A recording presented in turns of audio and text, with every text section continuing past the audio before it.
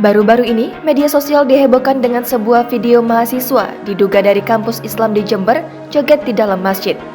Video tersebut diunggah ulang oleh akun Instagram Harian Kompas pada Kamis 25 Agustus 2022. Rekaman video viral berdurasi singkat itu memperlihatkan ratusan mahasiswa diduga dari UIN khas Jember sedang joget di dalam masjid. Para mahasiswa ini terlihat asyik joget bersama diiringi dengan lagu dangdut yang sedang populer, yakni Ojo Dibandingke. Mereka berjoget dengan membentuk beberapa kumpulan, tampak seperti yang ada di dalam video. Para mahasiswa tersebut selain berjoget ria tetapi juga menyanyikan lagu Ojo Dibandingke secara bersamaan.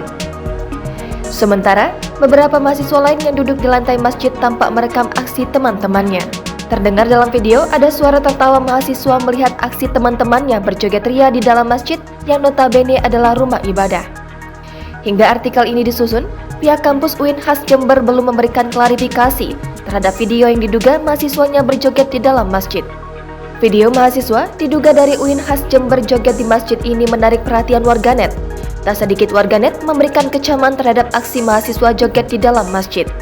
Warganet menilai aksi mahasiswa joget di dalam masjid tak pantas sebab bukan tempatnya.